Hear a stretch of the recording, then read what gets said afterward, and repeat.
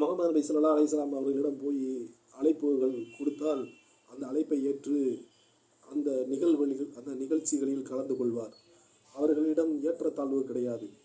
வசதி படைத்தோர் வசதி இல்லாதோர் என்று அந்த ஏற்றத்தாழ்வு அந்த மனிதனிடம் கிடையாது. முகமது நபி ஸல்லல்லாஹு அலைஹி வஸல்லம் அவர்களிடம் அந்த ஏற்றத்தாழ்வு கிடையாது. ஏற்றத்தாழ்வும் பார்க்க மாட்டார். மனிதர் முகமது நபி ஸல்லல்லாஹு அலைஹி வஸல்லம் அவர்கள் அவருடைய வழியை பின்பற்றக்கூடியவர்களிடம் போய் என்னை சந்திக்கவார்கள் என்று கேட்டாலும் அவர்கள் இஸ்லாத்தை முழுமையாக கற்றிருந்திருப்பார்கள். ஆனால் அந்த இஸ்லாத்தை நடைமுறையில் இருக்காது. அந்த இஸ்லாம் செயலற்று போய் கிடக்கும். அந்த முகமது நபி ஸல்லல்லாஹு அலைஹி வஸல்லம் அவருடைய பாதையை பின்தொடரக்கூடியவர்கள் அழைப்பு கொடுத்தோம்னா அந்த அழைப்பை ஏற்று சந்திக்க வரணும். ஆனால் அவங்களுக்கு வேலை மட்டும் பார்க்கணும். எதுவுமே எதிர்பார்க்காம அவங்களுக்கு வருடம் முழுக்க வேலை பார்க்கணும். 9 ஆண்டுகளுக்கு மேலே ஆகி போயிடுச்சு, வேலை பார்த்துக்கிட்டே இருக்கணும். சரி, நம்ம கிட்ட அழைப்பு கொடுத்தானே அவனை போய் சந்திப்போங்கிற அந்த எண்ணம்லாம் வராது.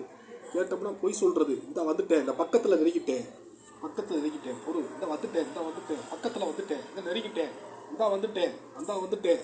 சின்ன குழந்தைகளுக்கு முட்டாய் கொடுத்து ஏமாத்துற மாதிரி அவருடைய செயல்பாடுகள்.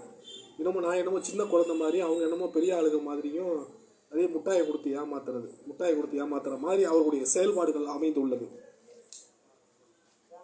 வந்துட்டேன் ஒரு கிழவன் வருவான், உன்னை அழைத்து செல்வான். அவங்க என்னமோ இறைவன் அல்லாஹ் அந்த மனிதர்களை ரொம்ப உயர்வாக படைத்துள்ளார்கள்.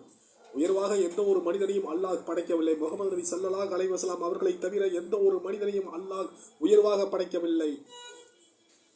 அது என்ன அது அர்த்தம், அது என்ன பொருத்தம், என்னடா நீங்க மனுஷன் தானடா நீங்க? செத்து போயிட்டா உடம்புலேருந்து புழுவா வெளியே வரும்டா, புறந்துட்டீங்களா? அது அறிவு இல்லையாடா கொஞ்சமாவது? அழைப்பு கொடுத்து எத்தனை வருஷம் ஆயிடுச்சு, இன்னும் சந்திக்கலையாடா? பொய் சொல்றீங்களாடா? வந்துட்டேன், பக்கத்தில் வந்துட்டேன், நெருங்கிட்டேன், என்னை நெருங்கிட்டேன். ஒழுங்கா ஓடி போயிருங்க, அவ்வளோதான். கொலை வரியில் இருக்கேன் இருக்குடா. அவங்களுக்குலாம் வேடிக்கை ஒரு நாளைக்கு தூக்கி போட்டு பந்தாடுறானா இல்லையான்னு பாரு.